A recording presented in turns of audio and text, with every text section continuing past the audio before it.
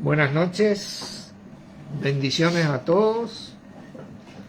Acá ya estamos comenzando con la transmisión, así que vamos a ir orando para comenzar. Padre, una vez más, te agradecemos por este privilegio de reunirnos en el nombre de nuestro Señor Jesucristo, conforme a tu palabra, tu voluntad, sabiendo que así Él está en medio nuestro, liderándonos, guiándonos y siendo nuestra esperanza viva todos los días de nuestras vidas. Gracias, Señor, por estar con nosotros todos los días de nuestras vidas, recordándonos que estás volviendo por cada uno de nosotros.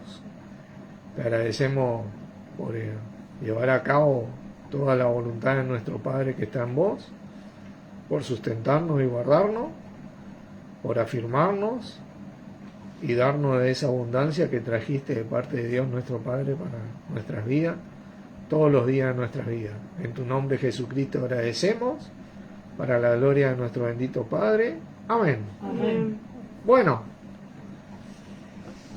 que la palabra del Señor corra a fin de instruirnos para su retorno. Esa es parte 3. Esta es la tercera parte. Ahora, ¿qué aprendimos nosotros? Básicamente, el mensaje de la palabra siempre fue acerca de nuestro Señor Jesucristo, el Cristo de Dios. En el pasado, Jesucristo; hoy, el Hijo de Dios, nuestro Señor. Este mensaje trajo la salvación de aquellos que lo confiesan y quieran creer. Esta salvación tiene que ver con ¿qué? Vamos a repasar en Juan capítulo 3.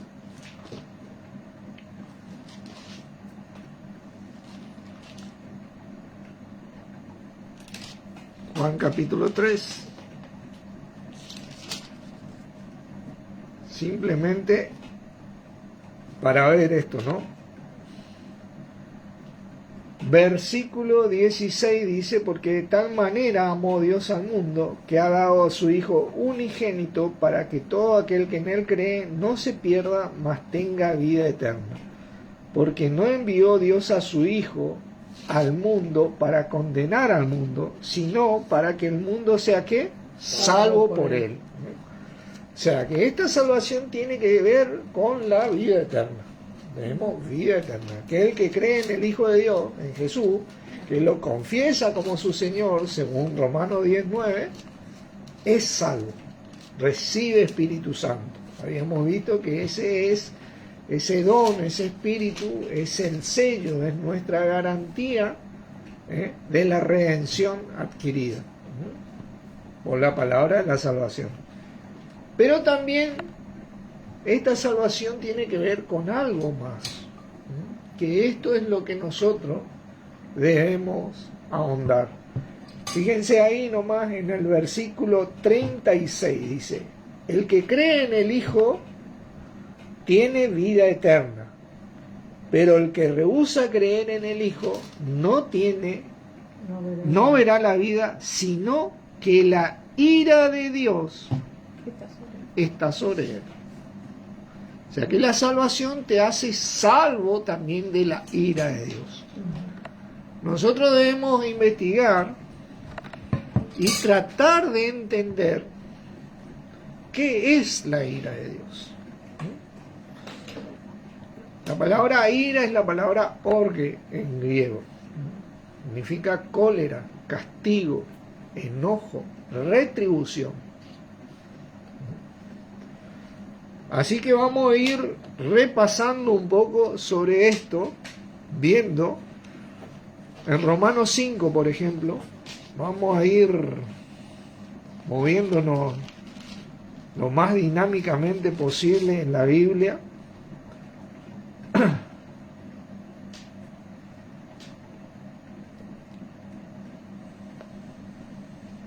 Versículo 9 dice: pues mucho más, estando ya justificados en su sangre, por él, nuestro Señor Jesús, seremos ¿qué? Salvos de la ira. ¿Verdad? Ahí nuevamente nos vuelve a repetir que los que creemos en la obra redentora de nuestro Señor Jesucristo, somos por su sangre derramada por nosotros, como del Cordero Pascual, somos salvos de la ira, el castigo por nuestro pecado, o el pecado, o para el pecador. La sangre del Cordero era para limpiar los pecados, ¿se acuerdan? ¿Viste? Si ellos no derramaban la sangre del Cordero, ellos tenían un castigo, porque había un pecado, había una condena, habían delinquido, como decimos, ¿no es cierto? Así se dice, ¿no? Entonces había una retribución para ellos. Pero sacrificaban el Cordero, se arrepentían creyendo en esa sangre simbólica del Cordero y eran perdonados de ese pecado. ¿Viste? Nosotros fuimos perdonados por la sangre de Cristo.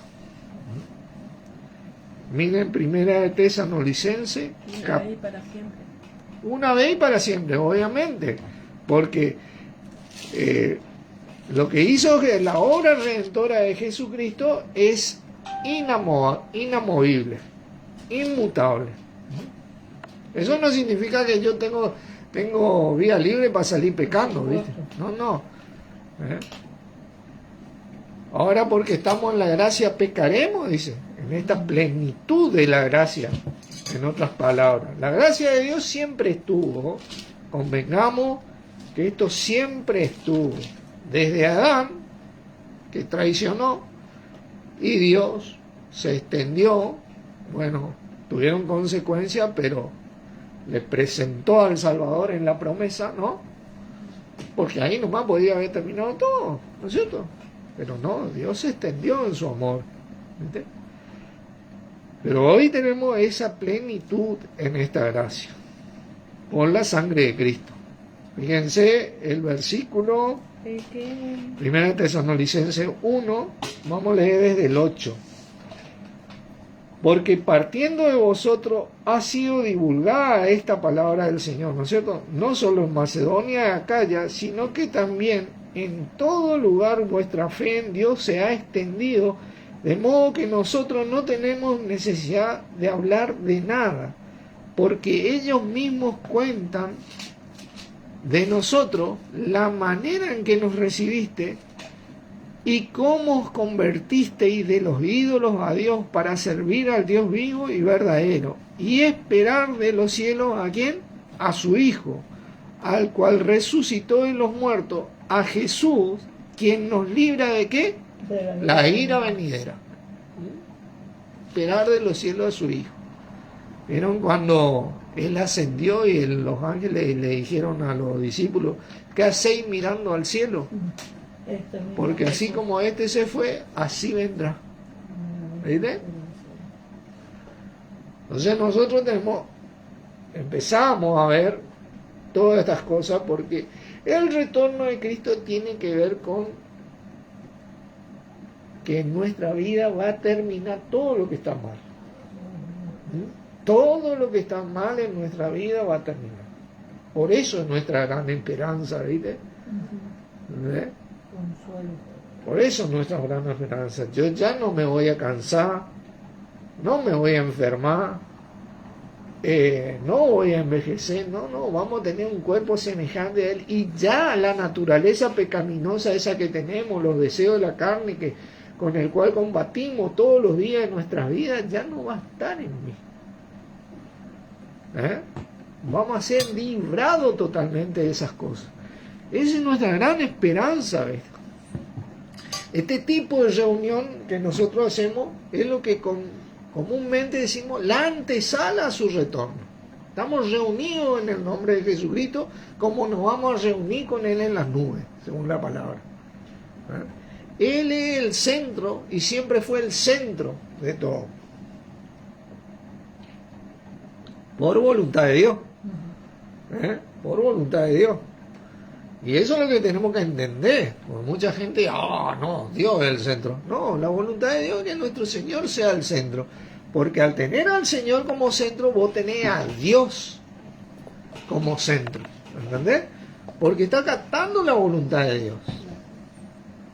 ¿Entendés? Entonces uno tiene que aprender a meditar esta palabra. Ahora, el día de la ira. Es la retribución, ¿no es cierto? Veamos unos ejemplos de esto. En Romanos 12, por favor. Romanos 12. Habíamos visto, esto estamos repasando en la enseñanza anterior.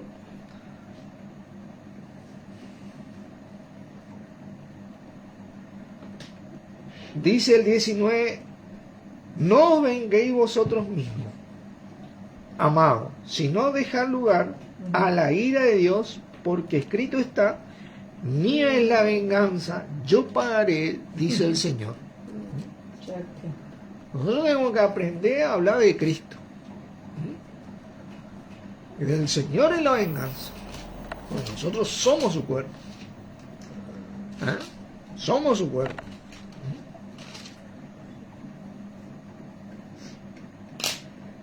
Romanos 2.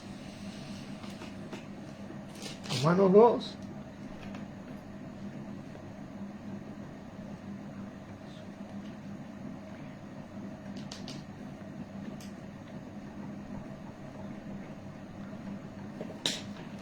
La ira de Dios es el castigo de Dios contra el pecado. Eso es lo que es la retribución del pecador. Pero fíjense, y esto es lo que tenemos que entender. Nosotros fuimos libres de ese pecado. No hay una condenación para nosotros porque esa ira no agarre a nosotros, salvo de esa ira. Es la retribución a ese pecado. Por eso acá el versículo 5 del capítulo 2, y esto vamos a entender, ¿no? Pero por tu dureza y por tu corazón no arrepentido, y le está hablando al judío que integraba la iglesia en Roma en esa época, atesoras para ti mismo ira para el día de la ira y de la revelación del justo juicio de Dios. El día de la ira es el justo juicio de Dios, ese día, donde va a retribuir a los que por la dureza de su corazón no arrepentido, ira para el día de la ira. Todos esos pecados acumulados y siguen y siguen y siguen, ¿viste? Como perseveran en el pecado, nosotros perseveramos en Cristo, ¿viste? Atesoran ira para el día de la ira. Cada pecado de sus pecados ellos van a pagar. Eso es lo que es la lógica de la palabra. Eso es lo justo. Si hablamos de la justicia de Dios, el justo juicio de Dios, esos son los que van a recibir la ira de Dios, no los que son salvos. Ahí es donde tenemos que entender, porque nosotros somos salvos, ¿entendés? No los que son salvos, ¿viste? Sino los que por la dureza de su corazón no arrepentido atesoran ira para el día de la ira. Nosotros somos salvos, ¿viste? Nosotros tenemos que determinar cuándo va a ser la ira de Dios. O sea, ¿qué señal va a haber? O sea, exactamente no sabemos, pero hay señales que nos van a indicar cuándo comienza. Y bueno, vamos a comenzar este tema.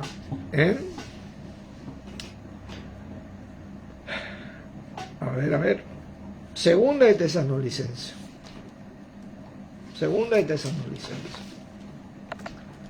Capítulo 2.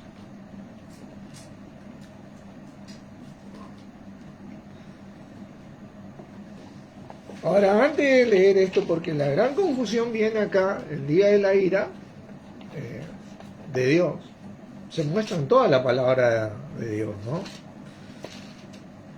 Ustedes pueden ver diferentes maneras cuando Moisés intercede por el pueblo de Dios y dice, perdónalos a ellos y ráeme a mí del libro de la vida. Y Dios le contesta a él, no te raeré a ti, raeré al que haya pecado. En el día que sale y lleva a este pueblo ahora, pero en el día que yo juzgue, juzgaré su pecado. Fíjate, ¿entendés? Ese es el día de la ira, raerá del libro de la ira. Bueno, dice Moisés, pueden investigar. Deuteronomio 32-35 también habla de la retribución que él le hará a esos malvados, ¿viste? Mía es la venganza, yo pagaré. ¿Vieron? Y así está por toda la palabra, y obviamente llegamos al libro del Apocalipsis, ¿no? El libro del Apocalipsis tiene una técnica, yo quiero leer esto antes de que usted entienda, una técnica literaria o gramatical de mezclar los tiempos verbales con el pasado, el presente y el futuro, el que era, el que es y el que será. Bueno, ¿viste? Yo soy el alfa y el omega, el que era, el que es y el que será. ¿Viste? Apocalipsis está escrito en esta gramática. No es una gramática lineal que comienza acá y termina acá. Esta técnica se llama prolepsis y anacronía. Las técnicas permiten al autor crear efectos narrativos interesantes y complejos, dando al lector una perspectiva no lineal del tiempo en la historia que se cuenta. No es una historia lineal. Apocalipsis relata todo lo que los libros, las profecías traen. ¿Entendés? Aparte que es un libro lleno de símbolos. ¿Viste? Es simbólico. Pero te relata los tiempos presente, pasado, futuro, presente, pasado. Es la técnica, se llama así. La prolepsis consiste en anticipar o adelantarse a lo que sucederá en el futuro dentro de la narrativa. En este caso se utilizan tiempos verbales, futuros o incluso condicionales para describir eventos que aún no han ocurrido en el marco de la historia. Anacronía se refiere a la alteración del orden cronológico de los eventos dentro de la narración. Esto puede implicar la inclusión de flashbacks, retrocesos en el tiempo, o flash forwards, adelantos en el tiempo, donde se relatan eventos que ocurrieron antes, después del momento presente de la historia. ¿Viste? Ambas técnicas pueden ser utilizadas de manera creativa por los escritores para agregar profundidad y complejidad a sus narrativas, permitiendo explorar diferentes capas de tiempo y ofrecer al lector una experiencia más rica y matizada. Para ello, ¿qué ha pasado con estos temas? Que Apocalipsis debería interpretarse a la luz de todas las escrituras anteriores y nunca interpretar todas las escrituras a la luz de Apocalipsis. ¿Verdad? Vos que querés entender Apocalipsis, tenés que ver todas las escrituras anteriores y no interpretar toda la escritura a la luz de Apocalipsis. No. Porque Apocalipsis relata todo lo que las escrituras anteriores venían diciendo. ¿Entienden? Y este fue el gran error de muchos. Donde, por ejemplo, muchos de nosotros, como yo, caímos en un sistema doctrinal, tal vez equívoco, y bueno, tuvimos una línea errada de los acontecimientos de la palabra. Y bueno, entonces nosotros tenemos que ver cuándo más o menos va a suceder el día de la ira, ¿no? Así que vamos a leer, ¿sabe qué? para tener un dato preciso, Apocalipsis 11. Antes, vamos a dejar ahí el libro de Tesalonicenses. Marcado. Claro, porque vamos a leer Apocalipsis 11.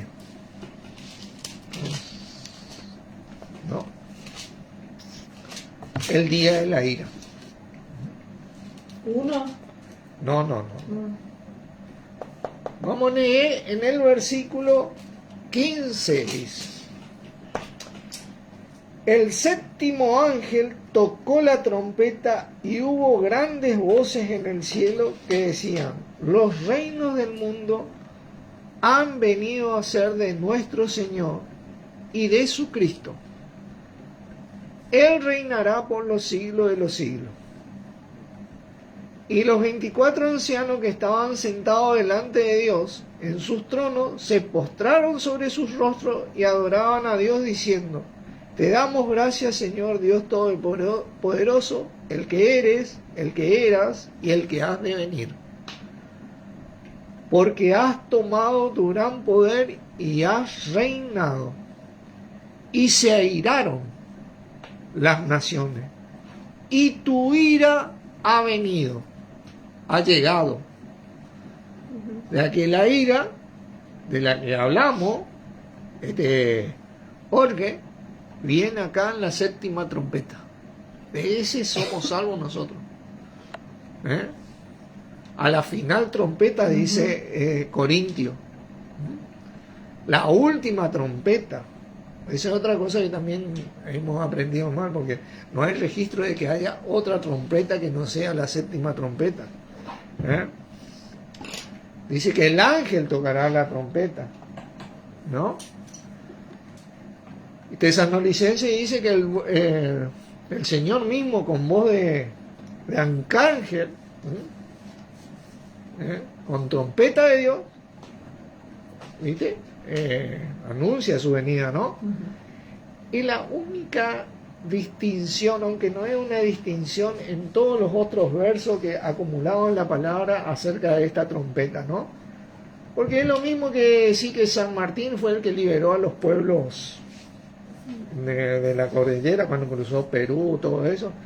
Y en realidad San Martín no es que él fue solo a liberar, sino que todos los que acompañaron a San Martín liberaron, ¿viste? A esos pueblos. En la gramática es así. Inclusive ustedes van a ver en Apocalipsis 21, 22 como el ángel habla como si fuera el mismo Señor hablando, ¿viste? Y está hablando el ángel: yo soy el alfa y el omega, yo soy el principio y el fin. Son formas gramaticales hablar. Y ahora el Señor toma con voz de arcángel esa misma forma gramatical. No es que hay una contradicción. Y como decía Wilber, el versículo difícil debe interpretarse a la luz del versículo claro. Si tenés un sinfín de versículos que te dicen a la última trompeta, a la séptima trompeta, no, a la final trompeta, bueno, está hablando de esa trompeta. No hay otra trompeta. ¿Viste? Eso es lo que sabemos, ¿no? Ahora, la parte dispensacionalista y ultradispensacionalista ha movido mucho esto. Pero bueno, nosotros vamos a las escrituras. Tenemos pruebas contundentes en las escrituras. No hay otra cosa escrita fuera de esto. En la séptima trompeta viene la ira de Dios. Encima, vamos a seguir leyendo, ¿no? Ha venido tu ira, y tu ira ha venido, y el tiempo de juzgar a los muertos, y dar galardón a tus siervos, los profetas, a los santos y a los que temen tu nombre, a los pequeños y a los grandes, y de destruir a los que destruyen la tierra, de destruir a los que destruyen la tierra. Esa es la ira, ¿no? Y el templo de Dios fue abierto, ¿en dónde? En el cielo, ahí donde vamos, en la séptima trompeta, ahí. Y el arca de su pacto se veía en el templo, y hubo relámpagos, voces, truenos, y un terremoto grande y grande granizo. Ahí estamos yendo, ¿no? Al retorno de Cristo en los cielos. Cuando Él viene en la séptima trompeta, o en la última trompeta. Ahí comienza la ira de Dios. ¿La ira para quién es? Ergo, la retribución a los pecados, a los pecadores. Esa es la ira de Dios. Pero vamos a leer más en Segunda de Tesalonicenses. Ahora sí, Segunda de Tesalonicenses, capítulo 2.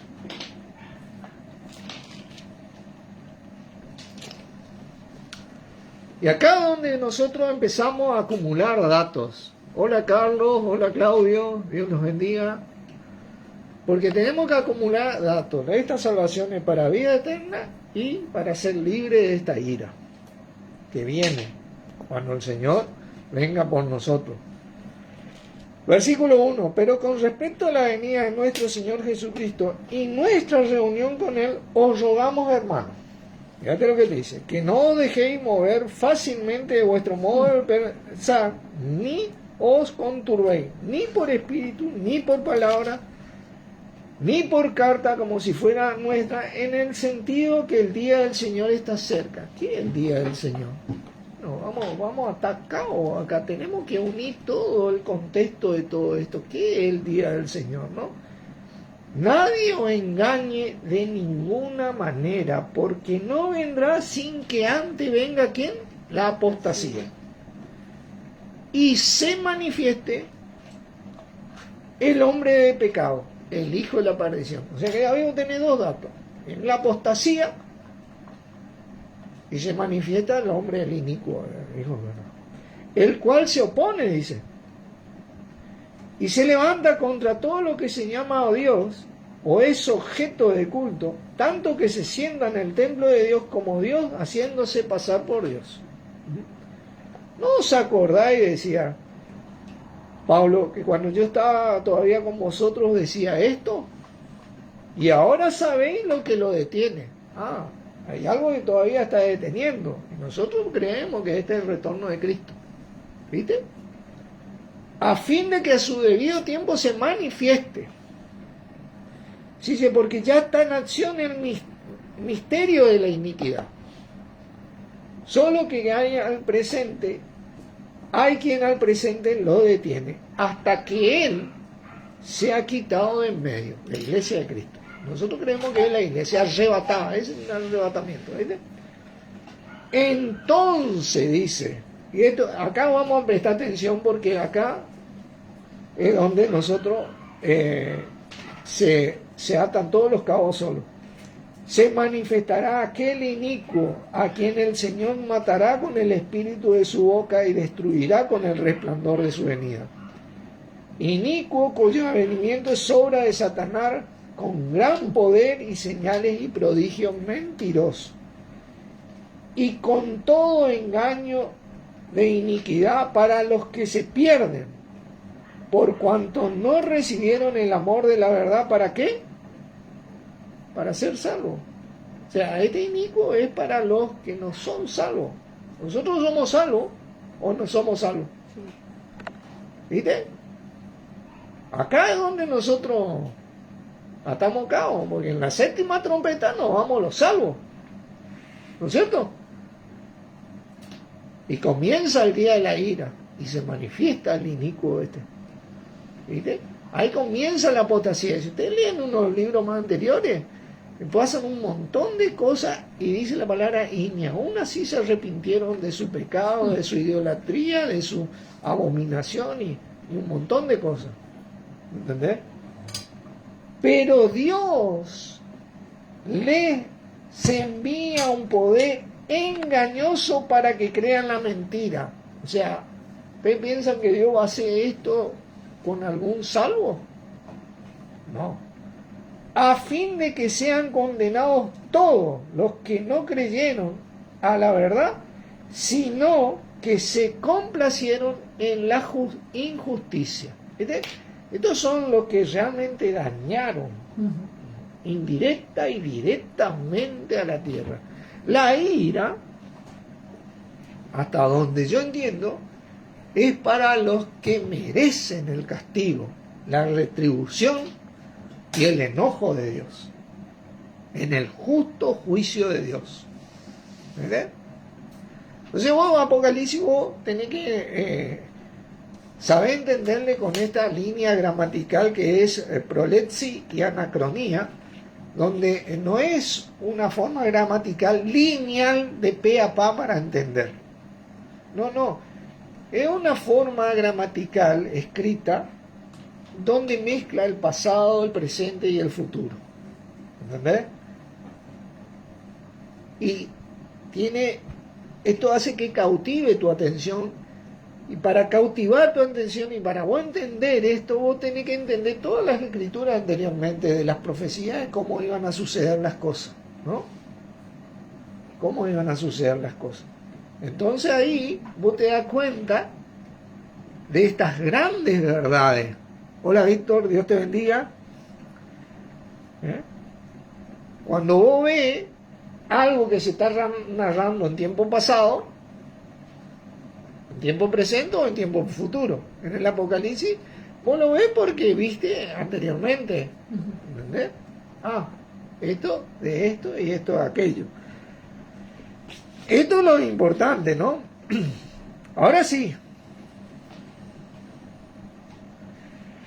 Esto es para los que no recibieron el amor de la verdad para ser salvos.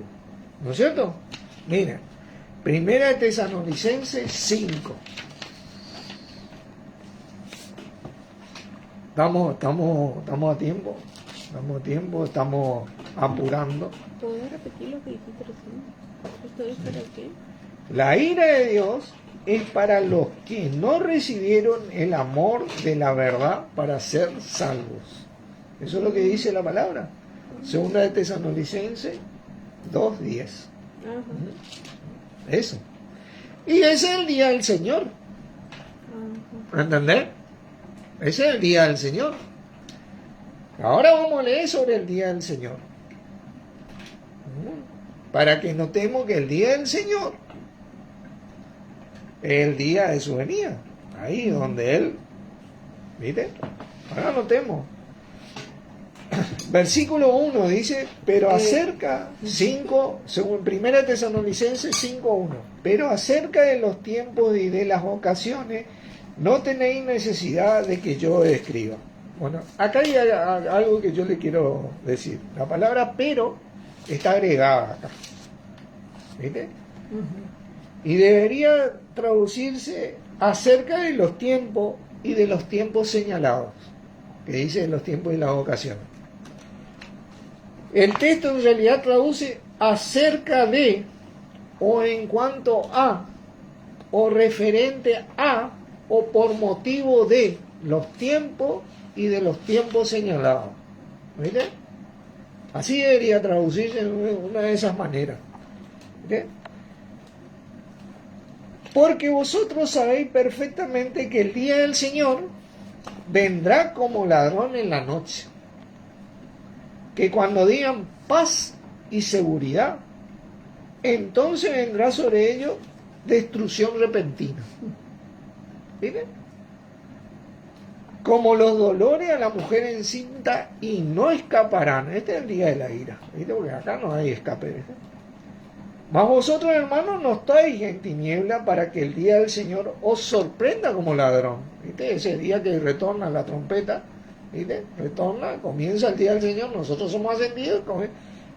En realidad te dice, os tome completamente por sorpresa, ¿viste? No, ese es el día del retorno, ¿viste?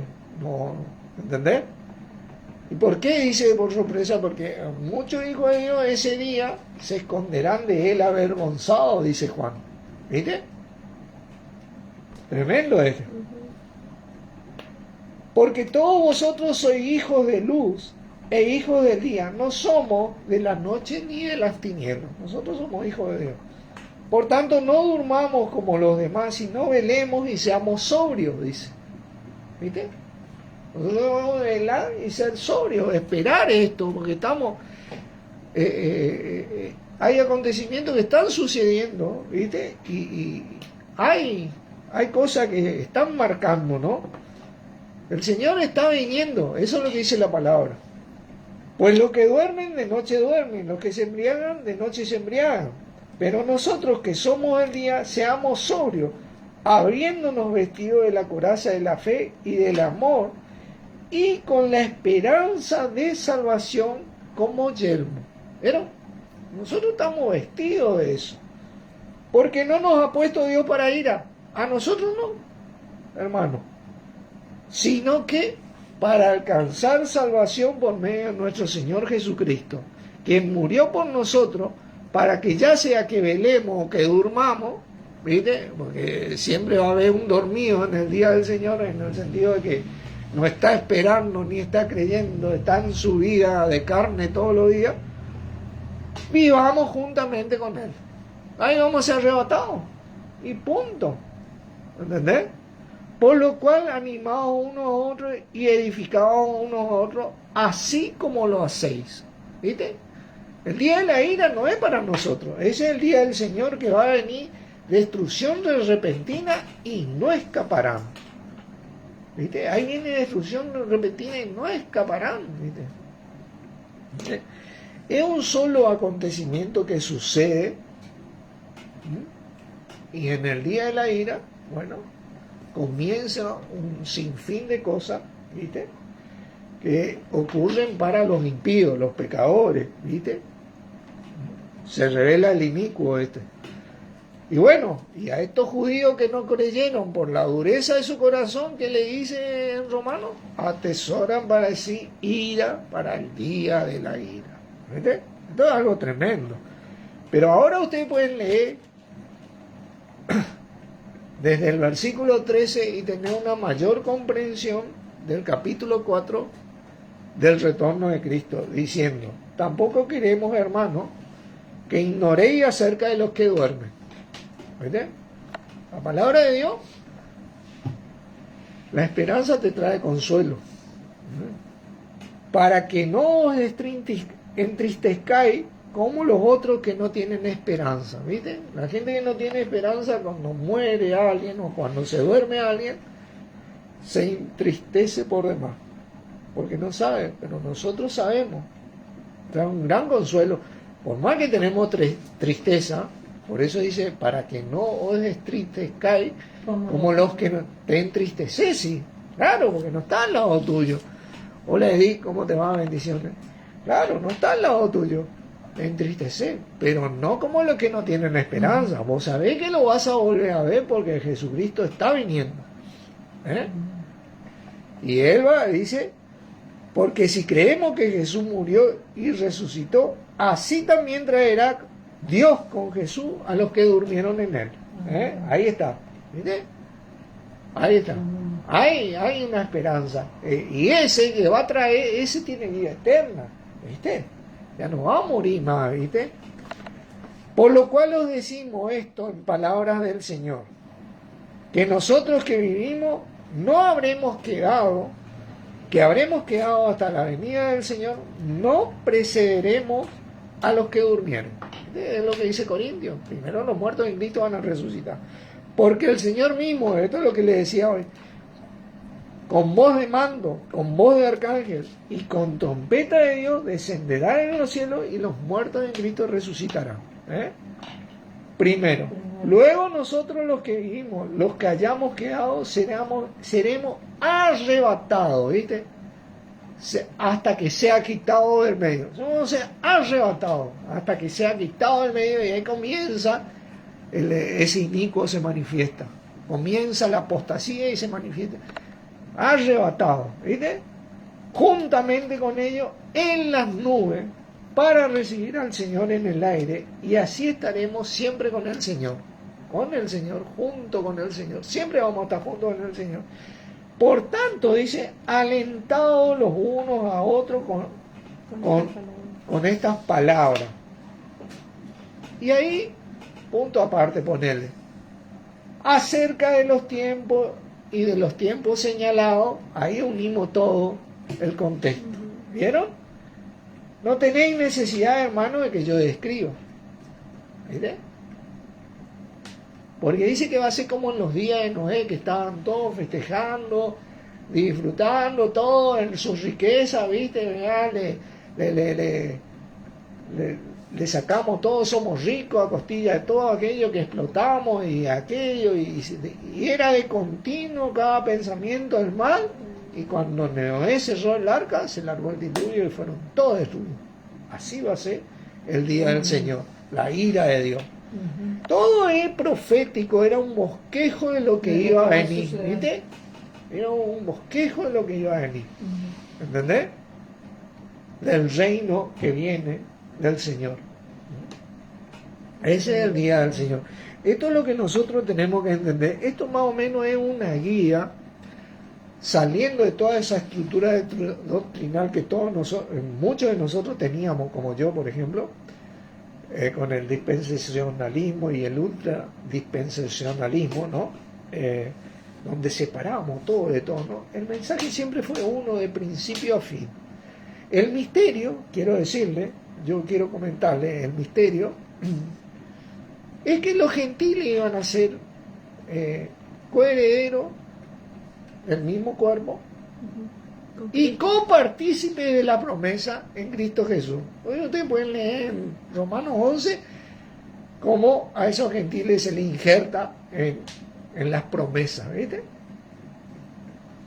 Y van a encontrar más sentido. Estos gentiles que por naturaleza hacen lo que es ley, porque no son los oidores de la ley los que son justificados, sino los hacedores de la ley los que serán justificados, ¿viste? Son ley para sí mismos, como dicen. Ustedes pueden leer Romanos y va a tener sentido ahí todo, ¿viste? Ese era el misterio, que es Cristo en nosotros, la esperanza de gloria. Hoy ya no hay ni judío, ni gentil, ni griego, ¿no? Somos todos la iglesia de Dios, ¿viste? Claro, sabían que los gentiles iban a ser bendecidos, pero lo que no se sabía era que iban a ser copartícipes del mismo cuerpo y copartícipes de las promesas que son también para el pueblo de Israel, ¿viste? Eso era el misterio. Y este misterio, si ustedes me tienen paciencia, este misterio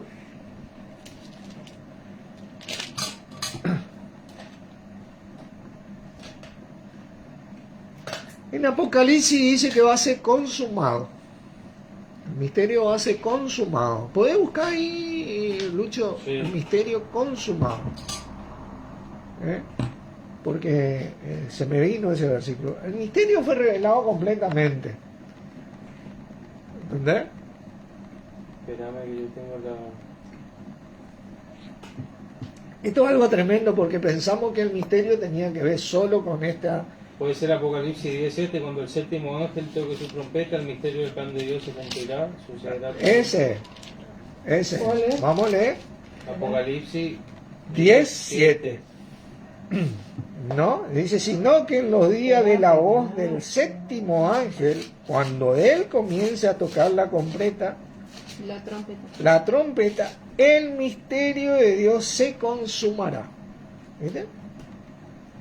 Como él lo anunció a sus siervos profetas. Ahí se va a consumar el misterio de Dios. 17. Claro, ahí se va a consumar el misterio de Dios. Que los gentiles son copartícipes del mismo cuerpo y de las promesas que son en Cristo Jesús y que es Cristo en nosotros, ¿viste? Ahí va a ser el arrebatamiento, ¿no? Por eso nosotros tenemos que entender que Apocalipsis, cuando vos tiene una línea gramatical no lineal, comienza desde el primer día al día 0, al 100, ¿viste? Del 1 al 100, no.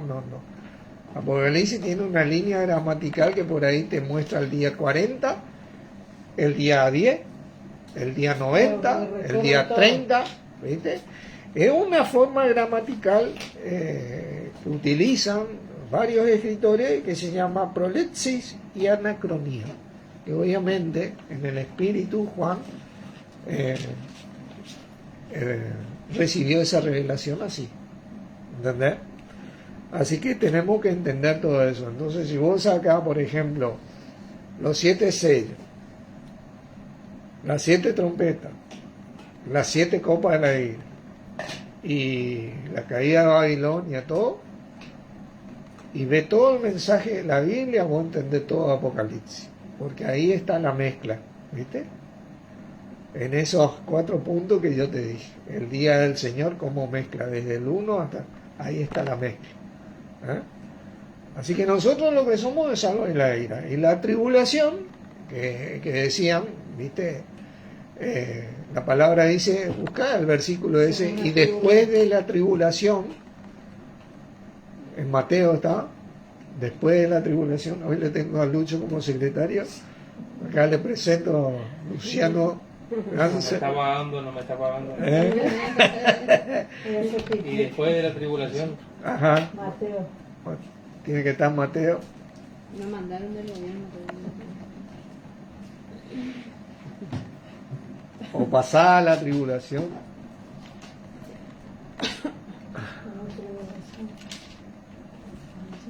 O esta tribulación. Poné la palabra tribulación y te va a salir.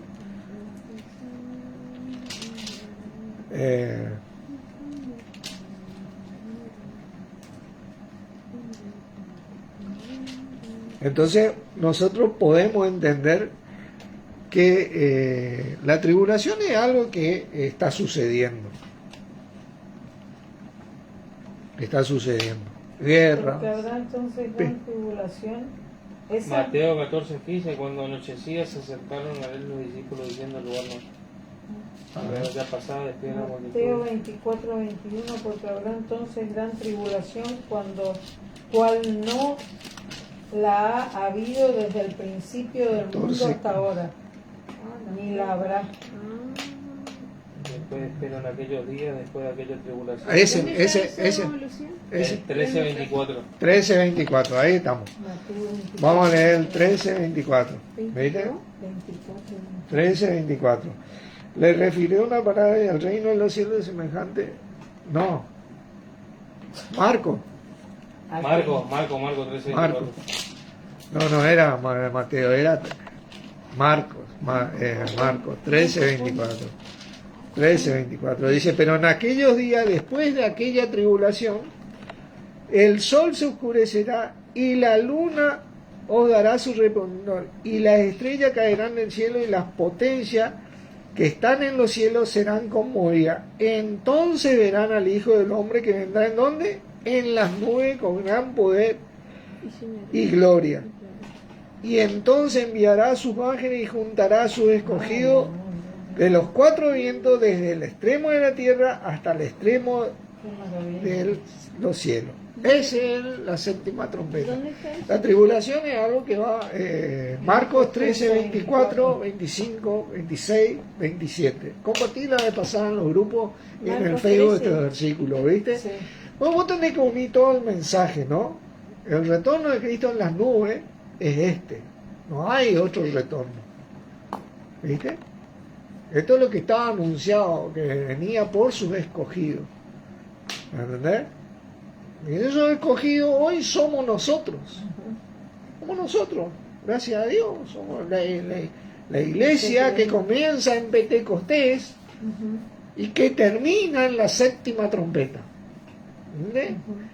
Y ahí viene la ira de Dios para aquellos que no recibieron el amor de la verdad para ser salvos. Y no recibieron adredemente, no es que yo no sabía. No. Aquellos que negaron realmente, aquellos que merecen castigo. Hoy hablábamos con una hermana, Dios es justo, sí, es justo. ¿Quién merece un castigo? ¿Quién merece si tenemos que castigar a alguien, si tenemos que darle retribución? Alguien que es culpable. No alguien que no es culpable, que es inocente, yo no sabía. No, ese no merece, ¿viste? ¿Entendés? Alguien que realmente es culpable, ¿viste? Que hizo daño, ¿viste? Que su línea de vida fue más mentira que verdad. ¿No? Ese. Después tenemos que afinar ciertos detalles para entender sobre los gentiles, los judíos, ¿viste? ¿Entendés? Quiero leer, tengo tiempo porque esto no estoy en una hora. Empezamos bien y empezamos más tarde. Romanos 2. Miren. Esto es algo tremendo, ¿no? Porque como la palabra de Dios es profética, ¿no? Y se entiende esto.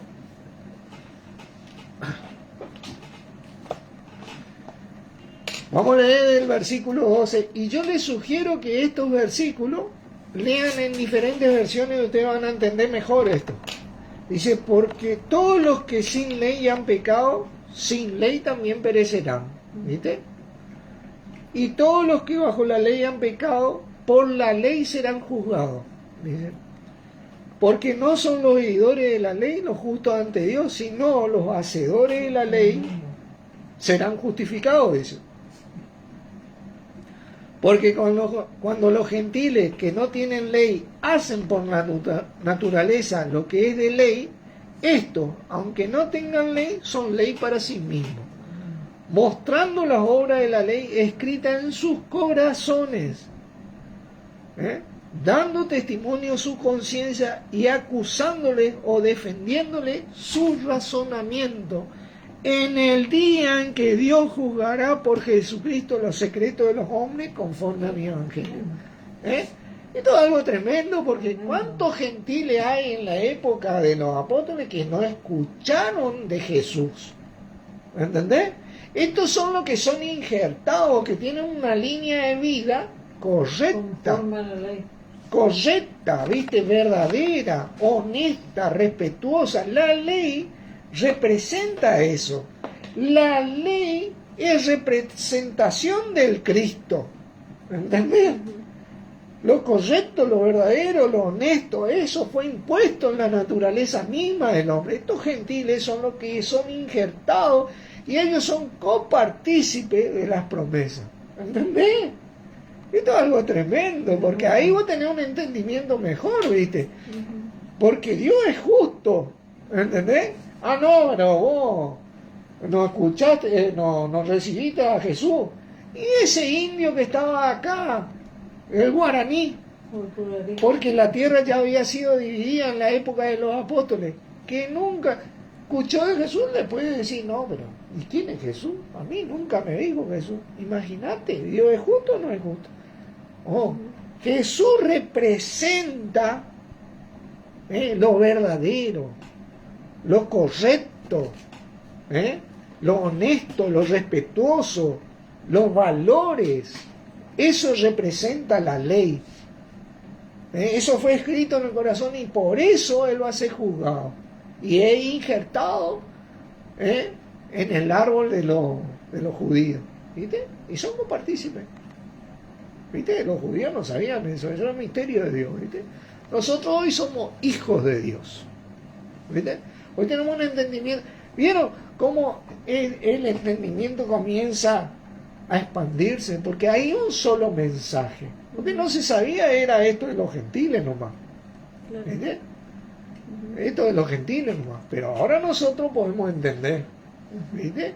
Los gentiles, el apache ese. ¿Viste? Que nació apache y bueno, sabés, los incas, los mayas. ¿Cuántas tribus? Inclusive ahí donde vivían los discípulos. El esquimal, ellos fueron a Alaska a testificar un esquimal, ¿viste? El mundo entero que ellos conocían era Asia y ahí alrededor y un poco más, ¿viste? Ellos no llegaron a todos lados con el mensaje de Jesús. Este mensaje siguió, obviamente, con los cristianos, pero en ese transcurso, en esos 100, 200, 300 años después de Cristo, ¿cuántos murieron sin escuchar de Jesús?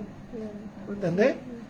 Después que la Iglesia Católica toma el poder en la Inquisición, viene la Inquisición y viene la muerte de todos los cristianos y viene la Trinidad y menos escuchan de Jesús, ¿viste? Y el primero que traduce, creo yo, es Lutero. ¿Entendés?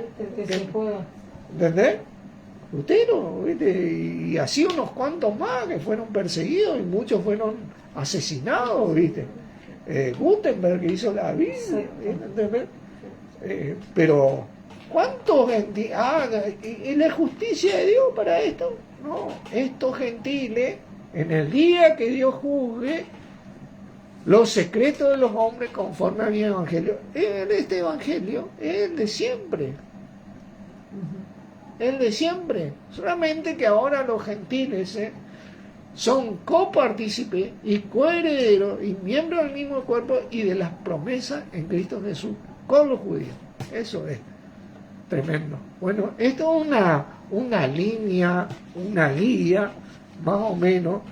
Y yo creería que hasta yo voy a volver a escuchar 10 veces esto que compartí, porque rompí con muchos status quo en mi mente para poder entender el mensaje de Dios y que la palabra de Dios corra, la palabra del Señor corra y sea glorificada a fin de instruirnos para su venida, el retorno de Cristo por nosotros. Dios lo bendiga y gracias por estar. Oramos. Padre Santo, una vez más te agradecemos por la sabiduría en Cristo que nos diste, por ser Él nuestra sabiduría y nuestro entendimiento, por tus tiempos y tus tiempos señalados en Él, y a vos, Señor Jesucristo, por estar cumpliendo con esos tiempos, por ser vos los tiempos de Él señalados y principalmente señalados para nosotros, tu cuerpo, tu iglesia, que esperamos ansiosamente todos los días de nuestra venida, de tu venida, en esta tribulación que vivimos todos los días de nuestras vidas, acá con el deterioro que hay en el mundo, las guerras, terremotos, pestilencias y demás cosas que anunciaste y que decía, pero todavía no será el fin. El fin va a ser cuando vos retornes, Señor. Gracias por esto, te agradecemos porque estás trabajando y porque la paciencia de Dios se está revelando en vos para que todos los que puedan ser salvos sean salvos en tu nombre. En tu nombre, Señor Jesucristo, agradecemos para la gloria de nuestro bendito Padre. Amén. Amén. Bendiciones, hermanos. Gracias por estar.